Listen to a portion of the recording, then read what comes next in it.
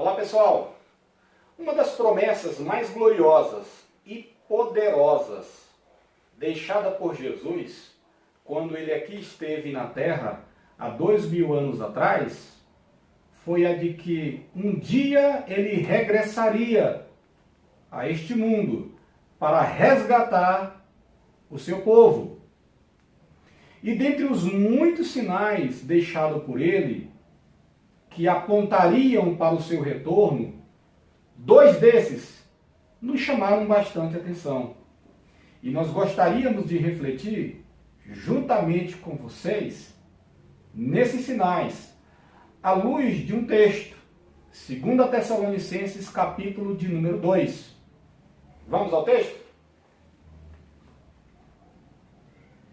Irmãos, quanto à vinda de nosso Senhor Jesus Cristo e a nossa reunião com Ele, rogamos a vocês que não se deixem abalar, nem alarmar tão facilmente, quer por profecia, quer por palavra, quer por carta supostamente vinda de nós, como se o dia do Senhor já tivesse chegado. Não deixem que ninguém os engane, de modo algum. Antes daquele dia virá a apostasia, e então será revelado o homem do pecado, o filho da perdição. O que fica claro para nós, a partir da leitura inicial desse texto, é que o objetivo de Paulo fica bem claro na sua carta aos Tessalonicenses, porque o objetivo dele claramente é tranquilizar os irmãos de Tessalônica e tranquilizá-los com relação à volta de Jesus e ao encontro da igreja com ele.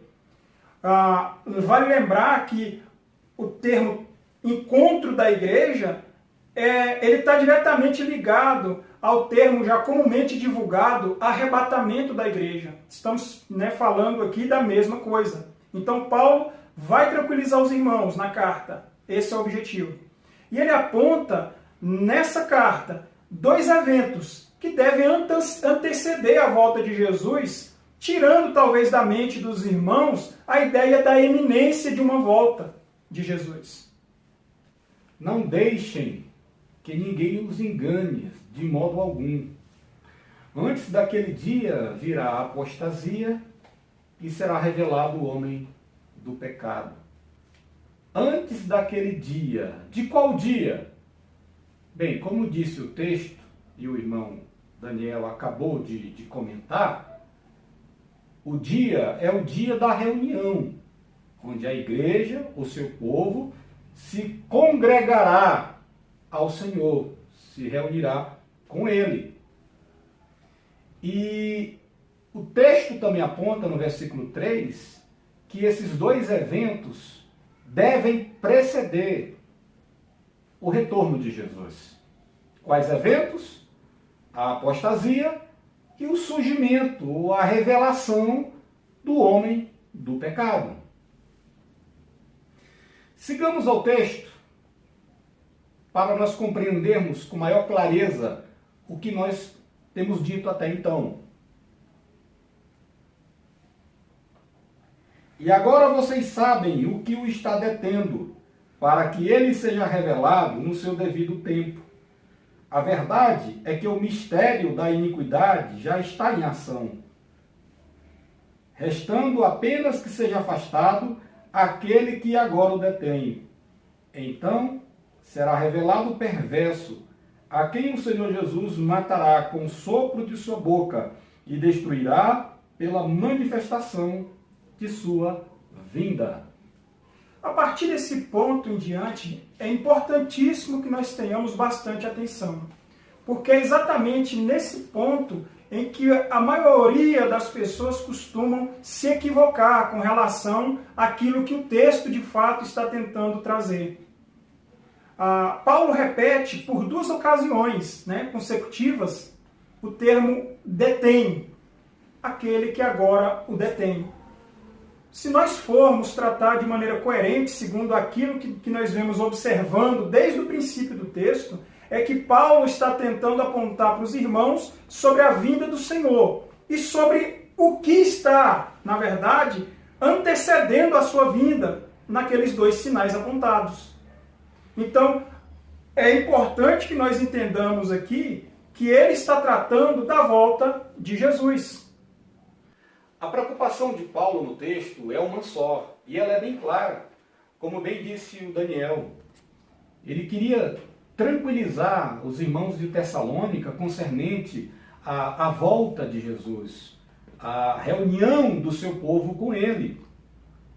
E é por isso que ele indica que duas situações deveriam acontecer, ou dois sinais: a apostasia e o surgimento do homem do pecado. E no versículo 6, ele segue dizendo: então vocês sabem o que o está detendo. Essa palavra deter, ela é repetida por duas vezes. E aí a gente pode se perguntar, detendo quem? Bem, pelo texto a gente pode entender de uma forma bem natural e clara que está detendo é a manifestação de Jesus.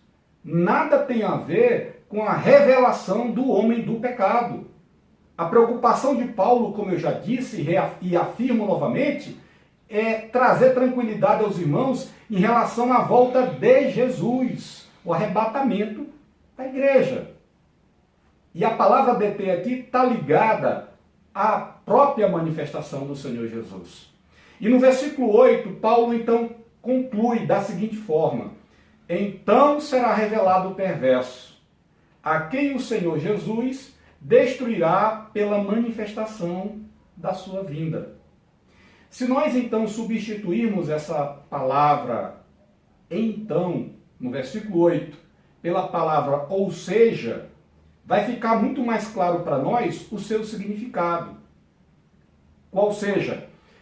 Ou seja, o Senhor Jesus destruirá o homem do pecado pela manifestação da sua vinda. Paulo ele está tão somente sendo redundante, ele está novamente reafirmando o que ele vem falando ao longo do texto. Agradecemos a você que nos acompanhou até esse ponto do vídeo, né? E pedimos a todos que não esqueça de deixar aí embaixo o seu comentário. E até a próxima!